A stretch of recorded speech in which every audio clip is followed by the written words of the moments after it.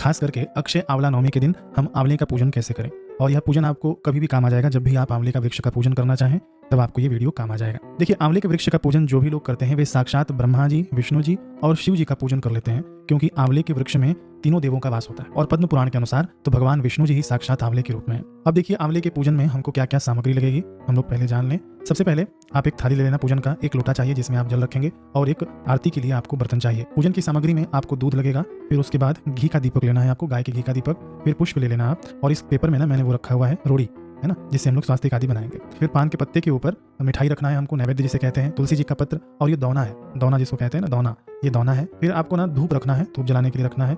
फिर एक कलावा रखना है जो हम लोग रक्षा सूत्र के रूप में आंवले के वृक्ष को बांधेंगे। तो ये सब सामग्री हमको चाहिए। एक लोटे में आप लोग जल ले लेना, हो सकेगा उसके अंदर दौना है। फिर आपको ना धूप रखना है, धूप जलाने के लिए रखना है। फिर एक कलावा रखना है जो हम लोग रक्षा सूत्र के रूप में आंवले के वृक्ष को बांधेंगे। तो ये सब सामग्री हमको चाहिए। एक लोटे में आप लोग जल ले लेना, हो सकेगा उसके अंदर तो गंगा जल मिश्रित कर लेना। मैं बाहर आया हूँ इस आंवले के वृक्ष के पूजन के लिए, इसलिए मैं पेपर में रख के लाया था, तो आप भी सावधानी पूर्वक सामान ले आना।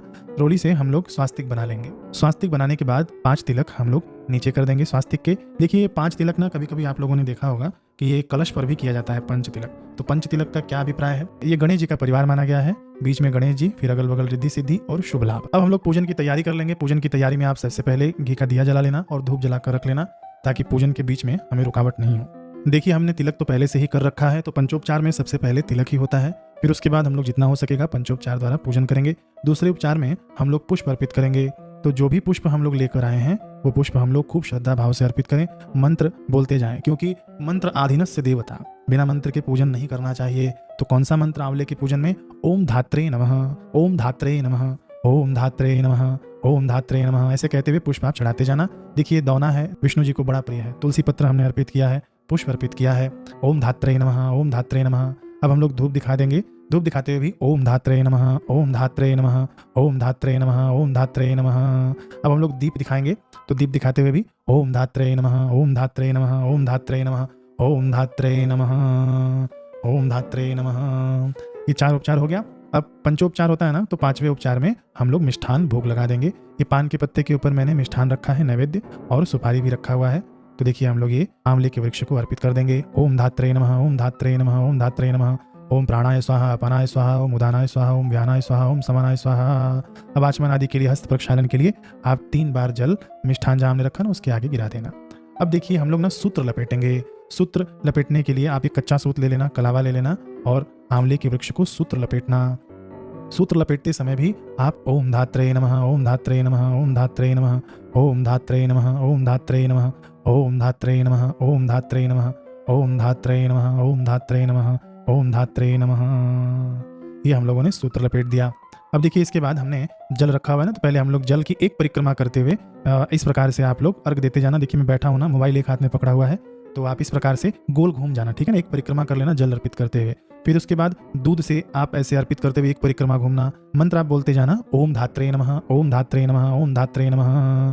एक परिक्रमा में आप पूरा दूध अर्पित कर देना। फिर तीसरी परिक्रमा फिर से आप जल का लोटा लेकर पूरा परिक्रमा करके घूमकर एक जगह पर जल अर्पित कर देना। मंत्र मन में यही चलेगा, ओम धात्रे नमः, ओम धात्रे नमः, ओम धात्रे नमः।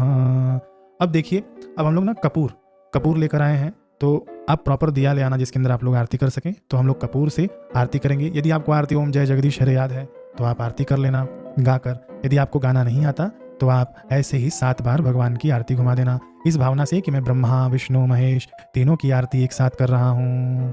अब देखिए, ये मंत्र आप बोल लेना, कर्पूर गौरम करुणावतारम संसार सारम भुजगेंद्रहारम सदा वसंतम हृदयारविंदे भवम भवानी सहितम नमामि, भवम भवानी सहितम नमामि।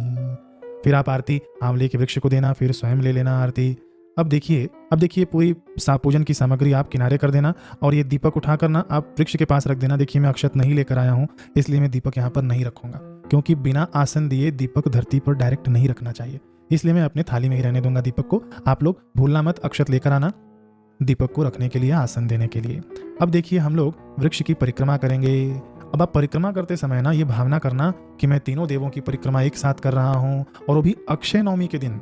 मैं परिक्रमा कर रहा हूँ ना, तो गणेश जी ने तो देखिए शिव जी की परिक्रमा की थी, मैं तो ब्रह्मा विष्णु महेश तीनों की परिक्रमा एक साथ कर रहा हूँ। इस भावना से आप आंवले के वृक्ष की परिक्रमा करना।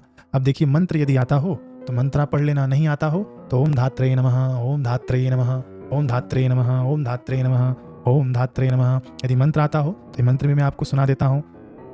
यानि कानि च पापानि जन्मांतर कृतानि च तानि सर्वाणि नश्यन्तु प्रदक्षिणे पदे पदे। तो इस प्रकार से आप प्रदक्षिणा कर लेना।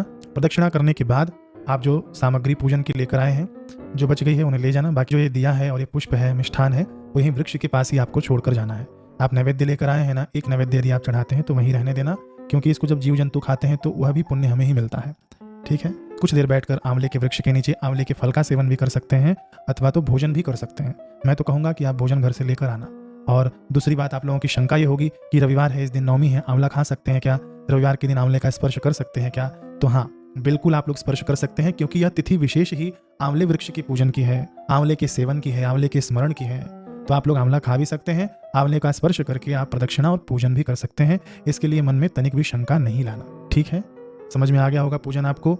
अब दोबारा मिलना होगा ना तो सब्सक्राइब कर लीजिएगा, औरों को